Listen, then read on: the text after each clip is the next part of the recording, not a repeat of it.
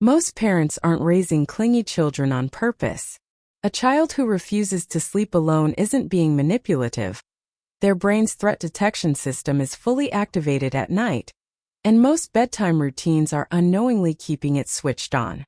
And here's the part that makes this so frustrating for families. The harder you push for independence at bedtime, the more intensely frightened many children become. So you end up in this exhausting cycle. You try to leave, your child cries or calls out or climbs out of bed, you go back in, and eventually you either lie down next to them until they fall asleep, or you spend an hour going in and out of their room while your entire evening dissolves. You're not doing anything wrong. You just haven't been given the right information about what's actually happening in your child's brain when the lights go out. Here's what most parenting advice misses entirely. Sleep is not just a physical act. For a young child, falling asleep alone is one of the most neurologically demanding things they are ever asked to do. Think about what sleep actually requires. It requires a child to separate from their primary attachment figures, the people whose presence is literally the biological signal for safety. It requires them to lie still in the dark, which is exactly the environment the primitive brain associates with danger. It requires them to let go of conscious control, to surrender awareness, to allow their mind to drift into a state where they cannot monitor their environment for threats. For an adult with a fully developed prefrontal cortex that can reason through those fears, this is manageable. For a child whose brain is still under heavy construction, this can feel, not metaphorically but neurologically, like being left alone in danger. The reason this matters so much is that the strategies that actually work at bedtime are not the strategies most parents use. Most parents either give in entirely, lying down with their child every night, which keeps the problem going indefinitely, or they use approaches designed to force independence, like strict cry-it-out methods or warnings and consequences, which only escalate the nervous system's sense of threat and make the problem worse. There is a third path, and it sits right in the middle. It involves working with your child's developing brain instead of against it, teaching the nervous system that sleep is safe, and gradually building genuine confidence rather than forced compliance. It works without you having to abandon your child to hours of distress. And it works without you spending the rest of the year lying on their bedroom floor at 9 p.m. And when the brain detects danger, it does not reason. It does not weigh pros and cons. It activates. It floods the body with cortisol and adrenaline. It fires up the amygdala, the brain's threat detection center, and it drives the child toward the one behavior most likely to restore safety: proximity to a caregiver. Crying, calling out, getting out of bed, needing one more hug. These are not defiance. They are survival behaviors. They are your child's nervous system doing exactly what it was designed to do. And when you understand that, everything about the bedtime battle looks completely different. Hi, welcome to my family, my home. And in this video, we're going to talk about 7 strategies to help your child sleep alone, based on how their developing brain actually works. These are not quick fixes. They are brain-based approaches that address the root cause of the problem, which is not bad behavior or manipulation, but a nervous system that hasn't yet learned that nighttime is safe. When you address that root cause directly, the results can change remarkably fast. Strategy 1. Build a ritual that teaches the brain what comes next. One of the most underappreciated reasons children struggle to fall asleep alone is that the transition into sleep requires a neurological shift that most bedtime routines never actually create.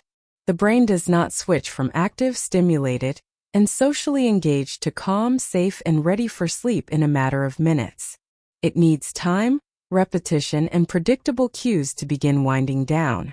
And here is the crucial part: those cues need to be specifically designed to signal to the nervous system: you are safe, this environment is familiar, nothing threatening is happening, and sleep is coming. Most bedtime routines look like this. The family is active and engaged right up until the moment it's time for bed. Then there's a sudden scramble: bath, pajamas, brush teeth, maybe a quick story, and then the parent tries to leave the room. And the child falls apart. This isn't because the child is difficult. It's because the nervous system has had no time to downshift. The brain is still primed for alertness, still running the activation it built up during the evening's activities, and now it's being asked to surrender consciousness in a state of elevated arousal. Of course it resists. What the brain actually needs is a winding down sequence that is long enough, calm enough, and consistent enough to begin shifting the nervous system out of activation and into the relaxed state that allows sleep to happen naturally. Think about it this way. Imagine you've just finished a loud, engaging dinner party. Your house is full of people, you've been laughing and talking for hours, and at the moment the last guest leaves, someone turns to you and says, "Okay, time to sleep." You would lie in bed wired and unable to settle, not because you don't want to sleep, but because your nervous system is still running the energy of the previous hours. Your brain needs a decompression chamber.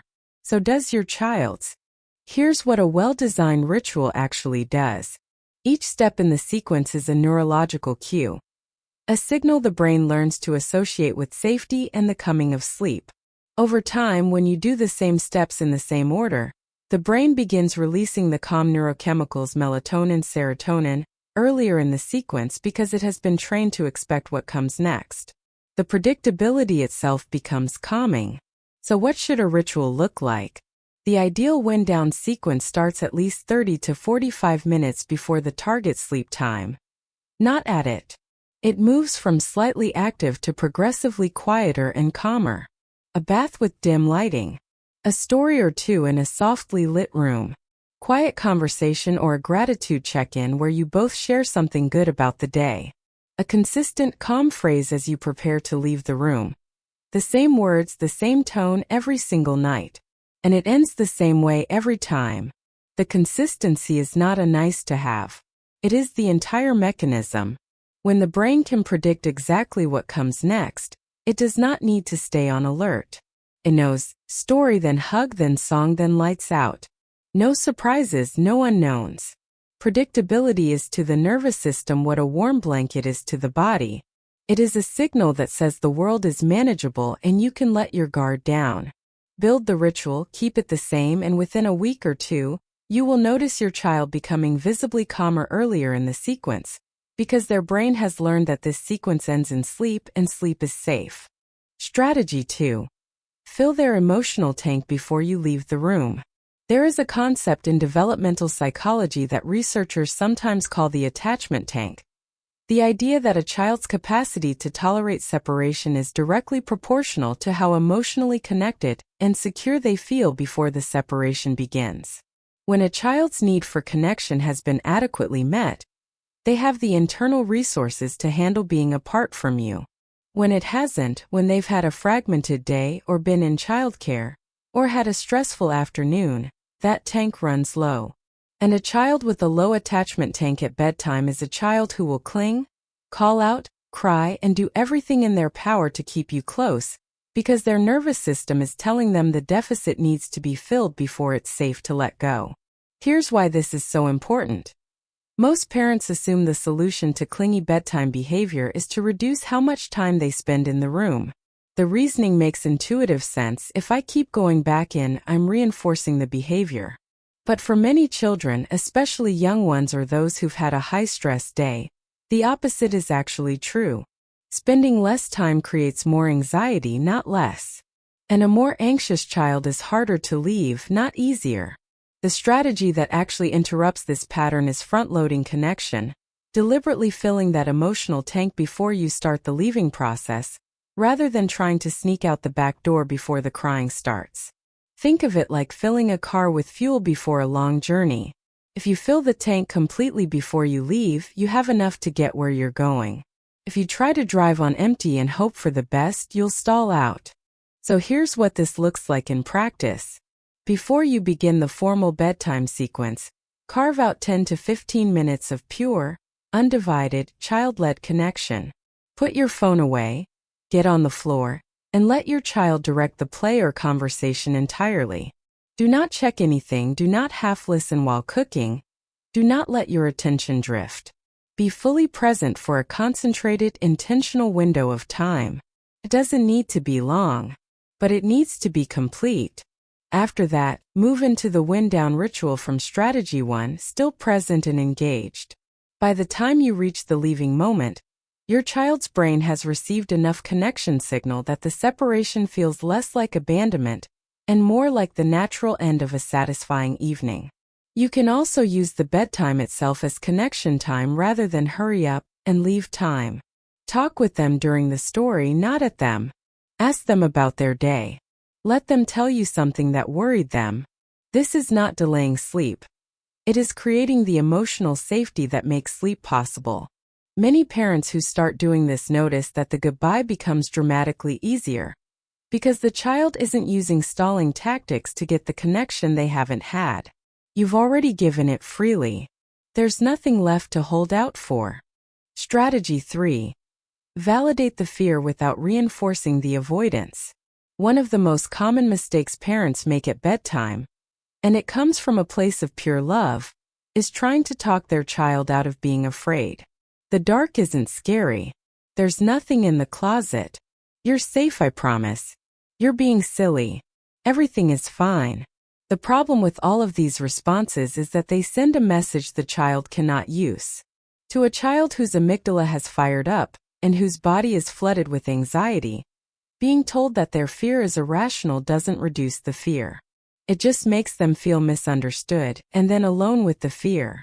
And a child who feels alone with their fear needs a parent to stay, which is exactly the opposite of what you're trying to achieve. There is an important distinction in child psychology between validating a feeling and validating an avoidance behavior. Validating the feeling means acknowledging that the child's internal experience is real, understandable, and not shameful. Validating the avoidance means agreeing that the situation the child is afraid of is actually dangerous, and that it makes sense to escape it. These two things feel similar in the moment, but they lead to completely different outcomes.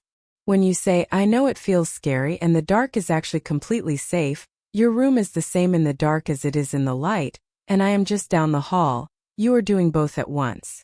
You are honoring the feeling, yes, the fear is real, and you are gently but confidently refusing to confirm the threat, but the danger isn't real. This is a completely different message from, stop being scared, there's nothing to worry about, which dismisses the feeling. And it's a completely different message from, okay, I'll stay with you, which confirms that the child's fear is a good reason to avoid separation. It threads the needle right down the middle. Think about it from an adult perspective. Imagine you develop a fear of flying. If someone close to you says, that's ridiculous, flying is the safest form of transport, you don't feel better, you feel embarrassed and still afraid. But if they say flying can feel terrifying, I get it, and the statistics on safety are actually remarkable, so your brain is running a false alarm right now, you feel understood and slightly reassured. That combination, empathy plus accurate information, is what begins to move the nervous system toward calm. That is what you're giving your child when you validate the feeling without confirming the threat. In practical terms, this sounds like, I can hear that you're feeling scared right now, and that feeling is real. Being in the dark can feel big. And I want you to know that you are safe in this room. I am in the house.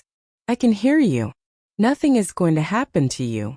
You are exactly as safe right now as you are when the sun is up. Say it calmly, without urgency, without trying too hard to fix the feeling. Then proceed with the bedtime sequence. Your calm, confident, unhurried tone does more to convince the nervous system that there is no danger than any specific words ever could. Strategy 4. Use gradual retreat to teach safety by experience. Here is a fundamental truth about the nervous system that changes everything about how you should approach bedtime anxiety. The nervous system does not learn that something is safe by being told it is safe. It learns that something is safe by experiencing it as safe repeatedly over time. This means that if your goal is a child who can fall asleep confidently and independently, the path there is not a sudden leap to full separation. It is a slow, incremental series of small, manageable steps, each one a little further toward independence than the last, each one giving the nervous system a chance to experience the night as safe at this new level of distance before moving further. This approach has several names in the research literature, gradual retreat, the camping out method, or systematic fading. And the evidence for it is strong. The reason it works where other approaches fail is that it never asks the nervous system to do more than it can handle. It respects the pace of learning. And because the child is never thrown into a level of anxiety that overwhelms their system, they don't accumulate fear. They accumulate evidence. Evidence that being alone in the dark is manageable. Evidence that you come back. Evidence that they survive and even that they can do this. Here is how it works in practice. On the first few nights, you stay in the room, not in the bed, but perhaps sitting in a chair near the bed, calm and present but not engaging after the good night has been said. You are a reassuring anchor. You are not interacting, you are simply present. This alone is often enough to allow a very anxious child to relax and drift off, because the nervous system's alarm has been answered. You are here, you are nearby, the threat is resolved. Over several nights, once that is consistently going well, you move the chair slightly further from the bed. Then over more nights to the doorway. Then just outside the door. Then a little further down the hall. Each position is held for enough nights that the nervous system has time to register this level of separation as safe before you push further. This is not a slow process for its own sake. It is a slow process because that is the pace at which the nervous system actually learns. Trying to rush it is like trying to rush healing. The timeline is biological, not negotiable. Think of it like training for a marathon. You do not run the full distance on day 1. You build from a mile to 2 to 5 to 10, your body adapting at each new level before you demand the next. By the time you run the full race, your body has been prepared. A child's nervous system learns independence exactly this way. Each night is a small run. Over weeks, you are building a child whose nervous system has accumulated so much evidence of nighttime safety that falling asleep alone feels not terrifying but ordinary. Strategy 5. Give them a physical anchor for when you're gone. When young children are learning to tolerate separation from their caregivers, one of the most powerful tools available to them is an object that carries a sense of connection. Something that, even in the dark when you're not there, says, you are not entirely alone. Developmental psychologists call this a transitional object, and it's one of the most well-researched phenomena in child development. The famous psychiatrist D.W. Winnicott studied them extensively, and what he found was that children use these objects as a bridge between the safety of the parent's presence and the challenge of independence. The object is not a substitute for you. It is a symbol of the relationship, a physical holder of the felt sense of being loved and protected. Many children find their own transitional objects naturally. A beloved stuffed animal, a soft blanket, a particular toy they carry everywhere. But you can also intentionally create one.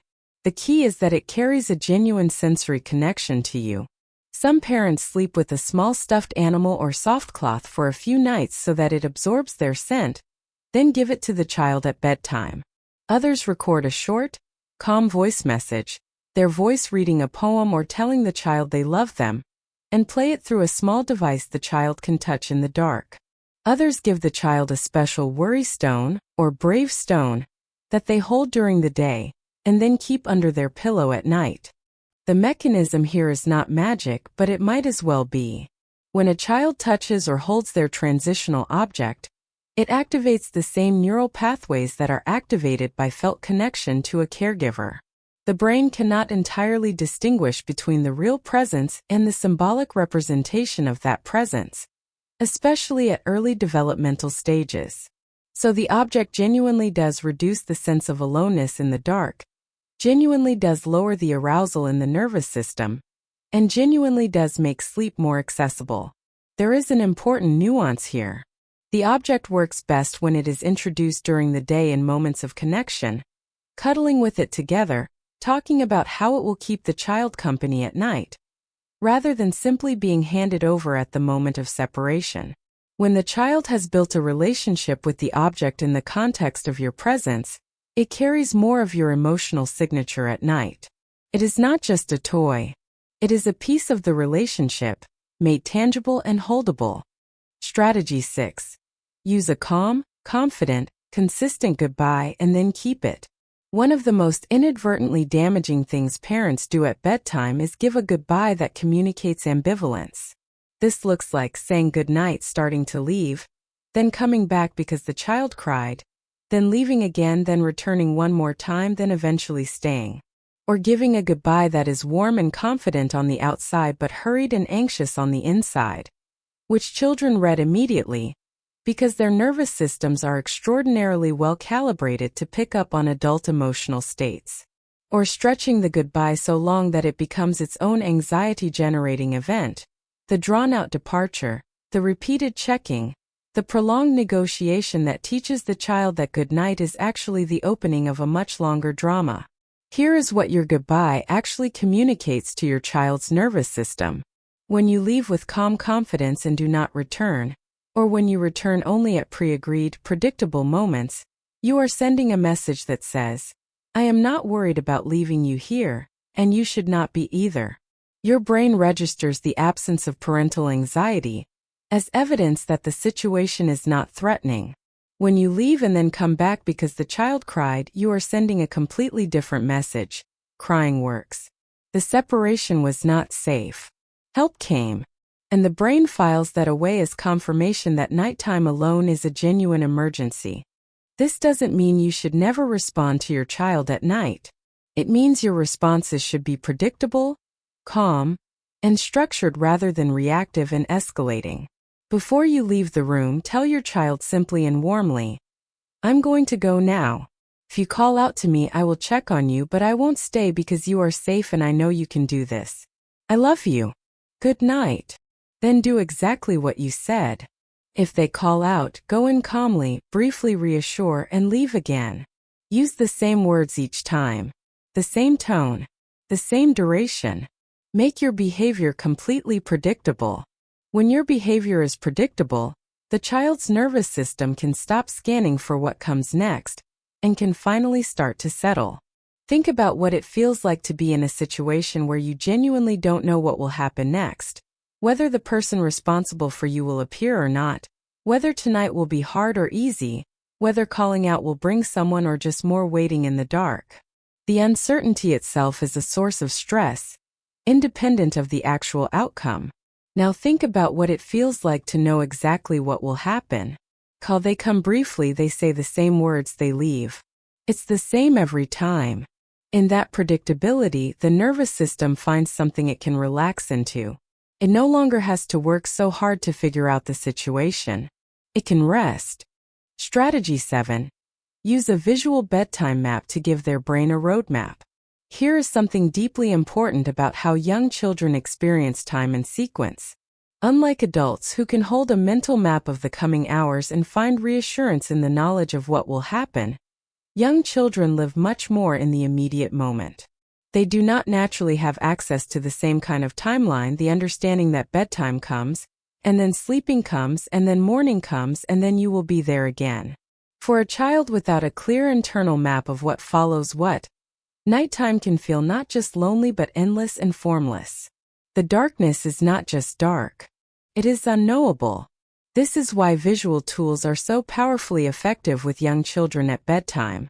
When you create a simple, concrete, visual representation of the bedtime sequence and the morning reunion, something the child can look at, point to, and anchor themselves to, you are giving their brain something it desperately needs. A map of the territory. You are making the invisible visible. You are transforming the formless night into a navigable sequence with a clear and reassuring end point. A visual sleep chart can be as simple as a series of hand-drawn or printed pictures showing each step. Bath, pajamas, story, hug, lights out, sleeping, then sun coming up, then breakfast, then you. Some families make these together with their child as an art project, which builds buy-in and excitement. Others use a digital sunrise alarm clock that glows a chosen color when it's time to get up, which gives the child a concrete, clear signal that sleep is over and morning has begun, replacing the formless wait with a goal they can actually see and work toward. But the visual map is most powerful when you use it at the moment of anxiety. When you go in for your calm, brief reassurance check-in and your child says, "When will morning come?" Instead of answering in words, you walk them to the chart on the wall. Look, you are here, this step. Here is sleeping. And here is the yellow light. And then here is me coming in for breakfast. You are not dismissing the anxiety. You are redirecting it towards something concrete and manageable. You are giving the nervous system a handhold. There is a deeper reason this strategy works, and it has to do with the relationship between uncertainty and fear. Neuroscientists have found that the brain finds ambiguity genuinely threatening, that not knowing what comes next activates many of the same systems as genuine danger.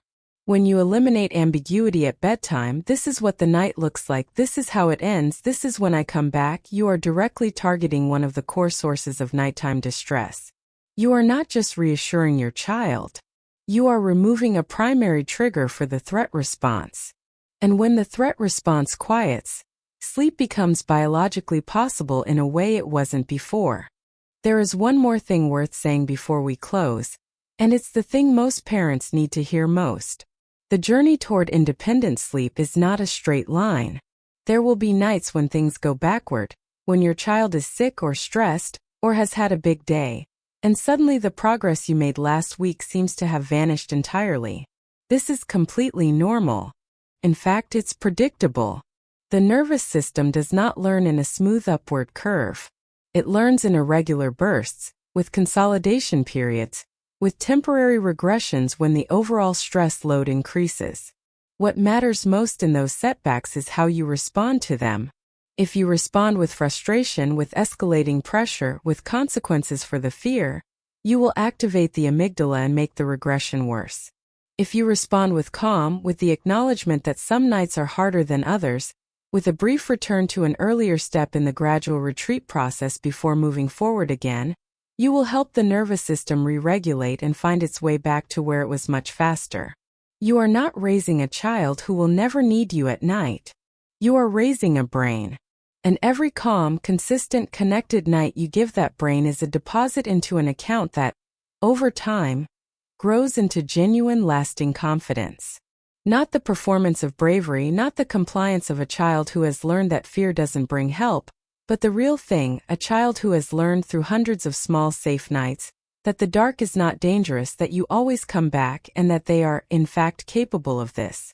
Every strategy in this video is one tool in that process. Not a magic switch, but a brick. And bricks, laid steadily and correctly, build something that holds. So start tonight. Pick one strategy, just one, and do it consistently for a week before adding another. Let the nervous system adapt. Let your child accumulate evidence. And trust that the work you're doing, even on the hard nights, is changing something real inside their brain. If you found this video helpful, please share it with a parent you know who's in the thick of the bedtime battle right now. Because most of them have never been given this information, and it changes everything. And if you'd like to go deeper on any of these strategies, please subscribe to my channel, like, share, and drop a comment. Thank you for being the kind of parent who wants to understand what their child is actually experiencing. That matters more than you know.